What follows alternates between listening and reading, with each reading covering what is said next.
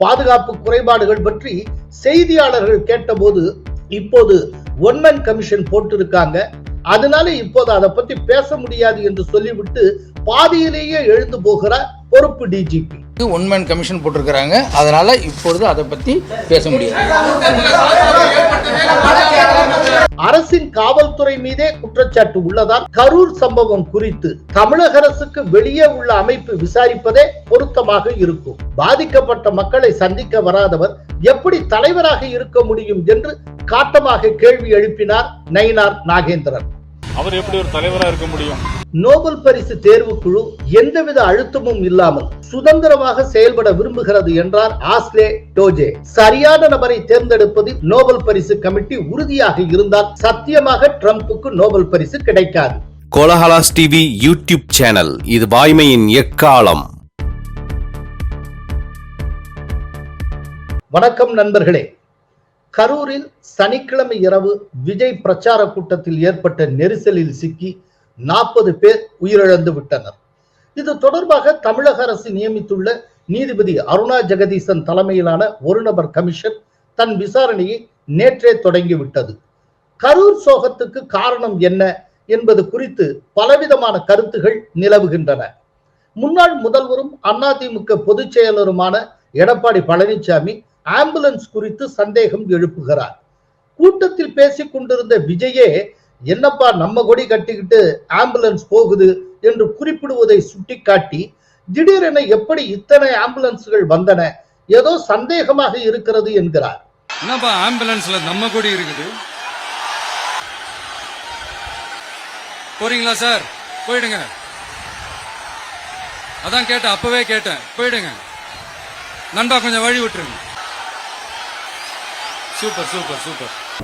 விஜய் அவர்கள் அந்த கூட்டத்தில் பேசிட்டு இருக்கும்போது இடையில் ஆம்புலன்ஸ் வருது. அப்போ அவருடைய ஒரு கொடி பேரை சொல்லி, இந்த கொடி கட்டிட்டு இவ்வளவு ஆம்புலன்ஸ் எதுக்கு வருதுன்னு கேட்கிறார். இதெல்லாம் மிகப்பெரிய சந்தேகத்தை எழுப்புது. ஆக அயங்கி விழுதுன்னு அவருக்கு எப்படி ஆம்புலன்ஸ்காரங்க தெரியும்? கூட்டம் நடத்துறாங்க, மேல இருக்கிறாங்க, மேல ஏறி பார்த்தீங்கன்னா எல்லாமே தெரியும். நானும் கூட்டத்தில் போய் 173 தொகுதிக்கு போயிட்டு வந்திருக்கிறேன். மேல இருந்து பார்த்தா எல்லாமே தெரியும்.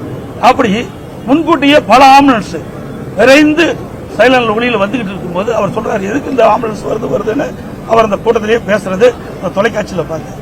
ஆக இதெல்லாம் ஒரு சந்தேகம் எழுப்புகிறது. இதையெல்லாம் ஒரு முழுமையாக விசாரிக்கப்பட வேண்டும் என்பதுதான். அத்துடன் இன்னொன்றையும் எடப்பாடியார் சுட்டிக்காட்டுகிறார். ஊடகத்தின் வாயிலாக கிடைத்துள்ள தகவலின் அடிப்படையில் அங்கு மின்சார விளக்குகள் அணைந்ததாகவும் அதனால் ஏற்பட்ட தள்ளுமுள்ளு காரணமாக உயிரிழப்பு ஏற்பட்டதாகவும் கூறப்படுகிறது என்று சுட்டிக்காட்டியுள்ளார். ஆரம்பித்து கொஞ்ச நேரத்திலேயே, சிறிது நேரத்திலேயே இந்த தள்ளுமுள்ளு ஏற்பட்டு, அப்பொழுது எங்களுக்கு ஊடகத்தின் வாயிலாக கிடைக்கப்பட்ட தகவலின் அடிப்படையில் அந்த மின்சார விளக்குகள் அணைந்ததாகவும் மின் விளக்குகள் அணைந்ததாகவும் அப்பொழுது ஏற்பட்ட தள்ளுமுள்ளின் காரணமாக எவ்வளவு பேர் அந்த கூட்ட நெரிசலில் சிக்கி அதனால் உயிரிழப்பு ஏற்பட்டதாகவும் தகவல் கிடைத்திருக்கின்றன. இது செய்தியெல்லாம் வந்திருக்கு, எல்லா ஊடகத்திலையும் பத்திரிகை வந்த செய்தி. அதே நேரம் காலையில் கூட்டம் என்று சொன்னால் சொன்ன நேரத்தில் கூட்டத்தை நடத்த வேண்டும். பல மணி நேரம் கழித்து வந்து கூட்டத்தில் பேசும்போது சில பிரச்சனைகள் ஏற்படுகின்றன. அதை தவிர்க்க வேண்டும் என்றும் அறிவுரை கூறியிருக்கிறார் எடப்பாடி பழனிசாமி. அரசாங்கத்தை நம்பி, காவல்துறை நம்பித்தான் பொதுமக்கள் அந்த பொதுக்கூட்டத்தில் கலந்து கொள்கின்றனர். அரசாங்கமும் காவல்துறையும் பொதுக்கூட்டத்தில் நடுவர்களுக்கு பாதுகாப்பு வழங்க வேண்டும். அதேபோல அரசியல் கட்சி தலைவர்களும் அங்கே குழுவிட கூட்டத்திற்கு ஏற்றவாறு தாங்கள் நடந்து கொள்ள வேண்டும். அதே காலையிலே இன்றைக்கு ஒரு நேரத்தை குறிப்பிடுகிறார்கள், அந்த நேரத்திலே வந்து பொதுக்கூட்டம் நடத்துவதில்லை. பல மணி நேரம் கழித்து வந்து பொதுக்கூட்டம் நடக்கின்ற பொழுது அதில் சில பிரச்சனைகள் ஏற்படுகின்றன. இதையெல்லாம் தவிர்த்துக் கொள்ள வேண்டும். இது நாம் யாரையும் குற்றம் சொல்லி இந்த நேரத்தில் குற்றம் சொல்வது பொருத்தமாக இருக்காது. விலை மதிக்க முடியாது, நாம் உயிரை இழந்திருக்கின்றோம். விஜய் கூட்டம் நடத்த காவல்துறை ஒதுக்கிய இடம் மிக குறுகலானது. ஒரு பெரிய இடத்தை விஜய்க்கு ஒதுக்கி இருக்க வேண்டும் என சிலர் சுட்டிக்காட்டுகின்றனர். அதிமுக ராஜ்யசபா உறுப்பினர் இன்பதுரை முக்கிய கேள்வி ஒன்றை எழுப்பி இருக்கிறார். விசாலமான கரூர் பஸ் ஸ்டாண்ட் ரவுண்டானா பகுதியில் அனுமதி கேட்ட போது அது அனுமதிக்கப்பட்ட பகுதி அல்ல என்று கூறி மறுத்த காவல்துறை நெரிசலான அணுகுசாலை வசதியே இல்லாத வேலுச்சாமிபுரத்தை அதிமுகவுக்கும் விஜய்க்கும் ஒதுக்கியது. ஆனால் கரூர் பஸ் ஸ்டாண்ட் ரவுண்டானாவை ஸ்டாலினுக்கும் உதயநிதி ஸ்டாலினுக்கு மட்டும் ஒதுக்கியது எப்படி என்று கேட்டிருக்கிறார். எனவே போலீசார் ஒதுக்கிய இடம் கூட அசம்பாவிதத்துக்கு காரணம் என்கிற சந்தேகம் எழுந்துள்ளது. திமுக ஆட்சிக்கு வந்ததற்கு பிறகு மற்ற கட்சியினர் கூட்டம் நடத்துவதே சிரமமாக உள்ளது. விஜய் கூட்டத்தில் பங்கேற்ற கரூருக்கு அருகே உள்ள வடக்குப்பாளையம் பகுதியை சார்ந்த எஸ் ராம்குமார் என்பவரின் கருத்தை நேற்று ஞாயிற்றுக்கிழமை வந்த டைம்ஸ் ஆஃப் இந்தியா முதல் பக்கத்தில் போட்டுள்ளது. அவர் என்ன கூறினார் என்பதை பார்ப்போம். நெரிசலில் இருந்து தப்பிக்க நினைக்கும் எவரும் வெளியேற முடியாதபடி சாலையின் இருபுறமும் விளம்பர பலகைகள் வைக்கப்பட்டிருந்தன. கயிறு கட்டப்பட்டிருந்தது. விளம்பர பலகைகள் விழுந்து சிலருக்கு காயம் ஏற்பட்டது. ஆனால் ஒன்றை என்னால் உறுதியாக சொல்ல முடியும். மாலை 4 மணிக்கு கூட்டம் நடந்த இடத்துக்கு நான் வந்தபோது அந்த விளம்பர பலகைகளோ கயிறுகளோ ஏதும் காணப்படவில்லை என்று எஸ் ராம்குமார் என்பவர் கூறியுள்ளார். அப்படியெனில் திடீரென கயிறும் ஹோர்டிங்ஸ்களும் எப்படி முளைத்தன? இது யாருடைய கைவண்ணம்? கரூரில் நேற்று செய்தியாளர்களிடம் பேசிய பாரதிய ஜனதா கட்சியின் மாநில தலைவர் நயினார் நாகேந்திரன், இதில் ஏதோ சதி நடந்துள்ளது, 3 முறை மின்சாரம் நிறுத்தப்பட்டுள்ளது என்று கூறியிருக்கிறார். இதுல ஏதோ ஒரு சதி நடந்திருக்கு. இது ஆளுங்கட்சியுடைய சதியா அப்படிங்கறது விசாரணை வேண்டும். ஏன்னா கரண்ட் கட்டு 2-3 தடவை கரண்ட் கட்டாகி இருக்குது. விஜய் பேசும்போது அவருடைய மைக் ஒயர்லாம் கட் பண்ணி எடுத்திருக்காங்க. பேச ஆரம்பிக்கும் போதே பிரச்சனை வந்திருக்கு. ஆக இவ்வளவுக்கும் காவல்துறை எந்த விதமான பாதுகாப்பு இல்லாததான் இவ்வளவு காரணம். ஆம்புலன்ஸ் இதுக்காக வேண்டி வந்தாங்களா இல்ல ஏற்கனவே ஆம்புலன்ஸ் வந்துச்சாங்கிறதும் அது இன்னும் தெரியல. கூட்டத்தை கலைக்கிறதுக்காகவா அல்லது அவங்களே திட்டமிட்டு ஆளுங்கட்சியின் முன்னாள் அமைச்சர் ஏற்பாடு பண்ணிருக்காராங்கிறது எங்களுக்கு தெரியல. முதல்ல அந்த இடத்துல பெர்மிஷன் கொடுத்ததே தவறு. இதுக்கு காவல்துறை கரூர் காவல்துறை மீது முதல்ல நடவடிக்கை எடுக்கணும். விஜய்க்கு ஒதுக்கப்பட்ட குறுகலான இடம், விஜயின் காலதாமதம், மின்தடை, போலீஸ் தடியடி, ஆம்புலன்ஸ் வருகை என பலவற்றால் தள்ளுமுள்ளு ஏற்பட்டு உயிர் பலி ஏற்பட்டிருப்பது வருத்தமளிக்கிறது என்று தேமுதிக பொதுச் செயலர் பிரேமலதா கூறியிருக்கிறார். கால தாமதம் ஒன்று, அதுதான் அங்க மெயின் ரீசன். குறுகலான பாதை இது 2வது ரீசன். கரூர் முழுக்க கரண்ட் ஆஃப் பண்ணது 3வது ரீசன். போலீஸ் லைட்டா தடி அடி பண்ணவும் எல்லாம் தெரிச்சு ஓடும்போது அந்த கூட்ட நெரிசல்ல கீழே விழுந்து எல்லாரும் மிதிச்சிருக்காங்க. இதுதான் நாள. அதே மாதிரி இன்னொன்னு பார்த்தோம்னா அந்த ஆம்புலன்ஸ் தாவக்க கொடி போட்டு ஆம்புலன்ஸ் 1 by 1 வரும்போது அதுக்கு வழிவிடணும்னு சொல்லி மக்களை தள்ளுமுள்ளு நடந்ததுனாலதான் இவ்வளவு நம்ம உயிர் பலியை நம்ம பார்த்துக்கிறோம். இன்னைக்கு அந்த 100 அடி பாதை ஒரு குறுகலான பாதை, அதுல முதல்ல நீங்க அனுமதி தரலாமா? இன்னைக்கு இத்தனை உயிர் போயிருக்கு, இதை யார் பொறுப்பேற்றுக்கிறது? போலீசார் நடத்திய தடியடியும் அதனால் ஏற்பட்ட குழப்பமும் பரவலாக விமர்சிக்கப்பட்டு வருகிறது.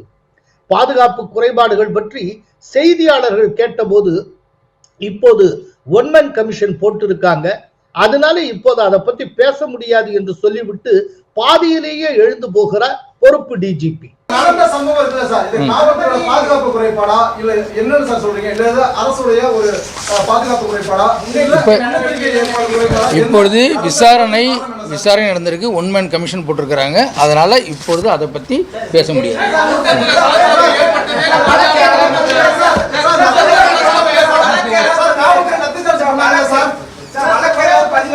தற்போது தமிழகத்துக்கு முழு டிஜிபியும் இல்லை, இன்சார்ஜ் தான் உள்ளார். இவை தவிர விஜய் மீதும் தவறு உள்ளது. காலை 11 மணிக்கே விஜய் வருவதாக கூறப்பட்டதால் அப்போதிருந்தே கூடிய மக்கள் போதிய தண்ணீர், உணவு வசதியின்றி 8 மணி நேரத்துக்கு மேலாக காத்திருந்தனர். பொதுமக்கள் மயங்கி விழ இதுவும் காரணமாகும். பசிமயக்கமாகவும் இருந்திருக்கலாம்.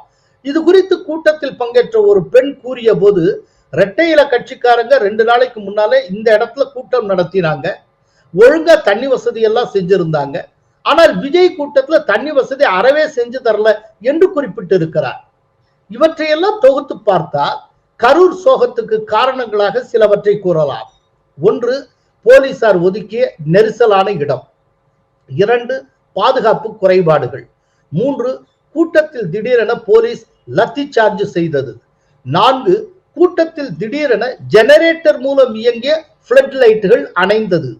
5 கூட்டத்தின் மத்தியில் திடீரென ஆம்புலன்ஸ்கள் விரைந்தது. 6 கூட்டம் நடத்தப்பட்ட இடத்தின் இருபுறமும் திடீரென ஹோர்டிங்குகள் மற்றும் கயிறு கட்டப்பட்டு இருந்தது. 7 கூட்டத்துக்கு மிக தாமதமாக விஜய் வந்து சேர்ந்தது. 8 கூட்டத்துக்கு வந்தவர்களுக்கு தண்ணீர் மற்றும் உணவு வசதிகளை தாவேக செய்து தராதது. 9 பொதுமக்கள் அமர்வதற்கான வசதிகளை தாவேக செய்து தராதது. இவையெல்லாம் மிக முக்கிய காரணங்களாகும். எனவே இந்த அசம்பாவிதம் தொடர்பாக முதல்வரின் நேரடி கட்டுப்பாட்டில் வருகிற தமிழக காவல்துறையையும் குற்றம் சாட்ட முடியும், தாவேகாவையும் குற்றம் சாட்ட முடியும். அரசின் காவல்துறை மீதே குற்றச்சாட்டு உள்ளதால் கரூர் சம்பவம் குறித்து தமிழக அரசு நியமித்துள்ள ஒரு நபர் விசாரணை ஆணையத்தை ஏற்பதில் பலருக்கும் தயக்கம் உள்ளது. எனவே தமிழக அரசுக்கு வெளியே உள்ள அமைப்பு விசாரிப்பதே பொருத்தமாக இருக்கும். அதனால்தான் உச்ச நீதிமன்றம் தானாக முன்வந்து விசாரிக்க வேண்டும் என கூறியுள்ளார் நயினார் நாகேந்திரன். பாரதிய ஜனதா கட்சியின் மாநில துணைத் தலைவர் KP ராமலிங்கம் சிபிஐ விசாரணை தேவை என்கிறார். அதே நேரம் சென்னை உயர்நீதிமன்றம் மதுரை கிளை நீதிபதி M தண்டபாணியை நேற்று சந்தித்த தாவேகா இணை பொதுச் செயலாளர் நிர்மல்குமார் கரூர் சம்பவம் குறித்து சிபிஐ விசாரணை அல்லது சிறப்பு புலனாய்வு குழு விசாரணைக்கு உத்தரவிட வேண்டும் என கோரிக்கை விடுத்துள்ளார். இந்த கோரிக்கை இன்று மதியம் 2:15 மணிக்கு மதுரை உயர்நீதிமன்றத்தில் விசாரிக்கப்பட உள்ளது. இதற்கிடையே விஜய் செய்த மாபெரும் தவறை நாம் சுட்டிக்காட்ட வேண்டியது கடமையாகும். கரூரில் இவ்வளவு பெரிய அசம்பாவிதம் ஏற்பட்டு 40 பேர் உயிரிழந்த நிலையில் மருத்துவமனையில் அனுமதிக்கப்பட்டுள்ள பாதிக்கப்பட்டோரை பார்க்காமல், நலன் விசாரிக்காமல் தனி விமானத்தில் சென்னை திரும்பிய விஜயின் செயல் கண்டிக்கத்தக்கது. இதற்கு கடுமையாக எதிர்வினையாற்றிய பிஜேபி மாநில தலைவர் நயினார் நாகேந்திரன் என்ன கூறினார் என்பதை பார்ப்போம். அப்பாவி மக்கள் இவ்வளவு பேர் உயிரிழந்திருக்கிறார்கள். விஜய் நேரில் வந்து ஆறுதல் கூறியிருக்க வேண்டும், மக்களுடன் நின்றிருக்க வேண்டும். வெறும் 20 லட்சம் ரூபாய் கொடுத்தால் போன உயிர் வந்து விடுமா?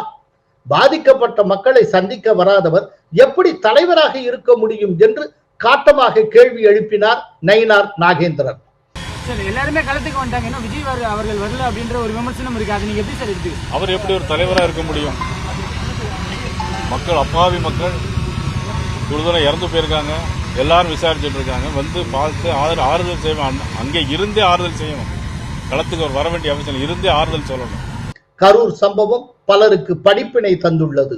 அந்த படிப்பினைக்கு கொடுக்கப்பட்ட விலை 40 உயிர்கள் எனும் போது நெஞ்சம் பதறுகிறது. இப்போது தேவை நேர்மையான நடுநிலையான விசாரணை. அதற்கு தமிழக அரசு ஒத்துழைக்க வேண்டும். தமிழக காவல்துறையும் குற்றச்சாட்டுக்கு ஆளாகி இருப்பதால் தமிழக அரசுக்கு வெளியே உள்ள அமைப்பு விசாரிப்பதே பொருத்தமாக இருக்கும்.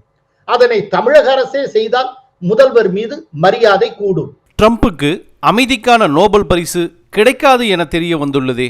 அமைதிக்கான நோபல் பரிசு தனக்கு வழங்கப்பட வேண்டும் என்று அமெரிக்க அதிபர் டொனால்டு ட்ரம்ப் அலுப்பின்றி கூறி வரும் நிலையில் அவருக்கு நோபல் பரிசு வழங்கப்பட வாய்ப்பில்லை என்கிற தகவல் வெளியாகி இருக்கிறது. அக்டோபர் 10ஆம் தேதி நார்வே தலைநகர் ஓஸ்லோவில் அமைதிக்கான நோபல் பரிசு அறிவிக்கப்பட உள்ளது. இந்நிலையில் 2வது முறை தான் அதிபராக பதவியேற்ற பின்னர் India, Pakistan, Cambodia, Thailand, Israel, Iran, Kosovo, Serbia, Congo, Rwanda, Egypt, Ethiopia, Armenia, Azerbaijan ஆகிய நாடுகளுக்கு இடையிலான போர்களை நிறுத்தியதாகவும், எனவே தனக்கு அமைதிக்கான நோபல் பரிசு வழங்கப்பட வேண்டும் என்றும் அமெரிக்க அதிபர் ட்ரம்ப் கூறி வருகிறார். Well, they should give me the Nobel Prize for Rwanda and if you look the Congo, or you could say Serbia, Kosovo, you could say a lot of them. You could say, the big one is India and Pakistan. I should have gotten it 4 or 5 times. I should get it for I would think the Abraham Accords would be a good one too. They won't give me a Nobel Peace Prize because they only give it to liberals. ஆனால் அவருக்கு Nobel பரிசு கிடைக்க வாய்ப்பில்லை என்று தகவல் அறிந்த வட்டாரங்கள் தெரிவிக்கின்றன. அதற்கு பல்வேறு காரணங்கள் கூறப்படுகின்றன. நோபல் பரிசு உருவாக காரணமான ஆல்ஃபிரட் நோபலின் உயிலின்படி உலக நாடுகளுக்கு இடையே நட்புணர்வு அதிகரிக்க அளப்பரிய சேவை செய்தவருக்கே அமைதிக்கான நோபல் பரிசு வழங்கப்பட வேண்டும். ஆனால் ட்ரம்ப் அவ்வாறு செய்யவில்லை என்று ஓஸ்லோவில் உள்ள அமைதி ஆராய்ச்சி நிறுவன இயக்குனர் நீனா கிரேகர் தெரிவித்திருக்கிறார். பாரிஸ் பருவநிலை மாற்றம், உலக சுகாதார அமைப்பு ஆகியவற்றிலிருந்து அமெரிக்கா விலகி உள்ளது. அவற்றிலிருந்து விலகுவதென ட்ரம்ப் தான் முடிவு செய்தார். அமெரிக்காவின் நட்பு நாடுகள் மீதே அவர் வர்த்தக போரை தொடுத்திருக்கிறார். இது அமைதியை விரும்பும் அதிபருக்கு அழகல்ல என்றார்.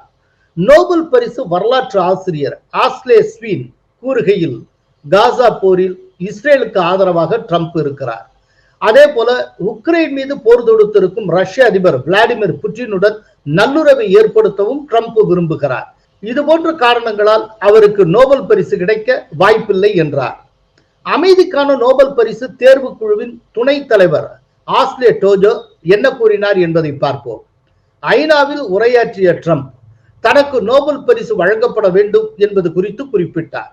Now, after ending all of these wars and also earlier negotiating the Abraham Accords, which is a very big thing for which our country received no credit, never receives credit.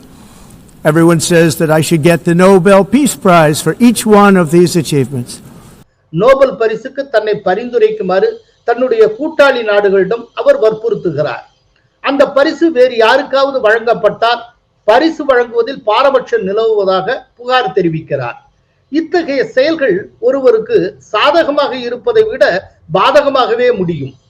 Nobel பரிசு தேர்வு குழு எந்தவித அழுத்தமும் இல்லாமல் சுதந்திரமாக செயல்பட விரும்புகிறது என்றார் ஆஸ்லே டோஜே. இது குறித்து பரிசு குழுவின் முன்னாள் உறுப்பினர் ஹென்ரிக் சைசி என்ன கூறினார் என்பதை பார்ப்போம். சில நேரங்களில் இரக்கமற்ற செயல்களில் தொடர்புள்ளதாக குற்றம் சாட்டப்பட்ட நபர்களுக்கு கூட அமைதிக்கான நோபல் பரிசு கிடைத்திருக்கிறது. ஆனால் அந்த தவறை உணர்ந்து அதை சரி செய்வதற்கான நடவடிக்கைகள் மேற்கொள்ளப்பட்டன என்று தெரிவித்தார் ஹென்ரிக் சைசே. கடந்த காலங்களில் பொருத்தமற்றவர்களுக்கும் அமைதிக்கான நோபல் பரிசு வழங்கப்பட்டுள்ளது. அமெரிக்க அதிபராக பதவியேற்ற 8 மாதங்களில் பாரக் ஒபாமாவுக்கு நோபல் பரிசு வழங்கப்பட்டது. வியட்நாம் போர் உச்சத்தில் இருந்தபோது வியட்நாமை ஆக்கிரமித்த அமெரிக்காவின் தேசிய பாதுகாப்பு ஆலோசகர் ஹென்ரி கிசிங்கருக்கு நோபல் பரிசு வழங்கப்பட்டது.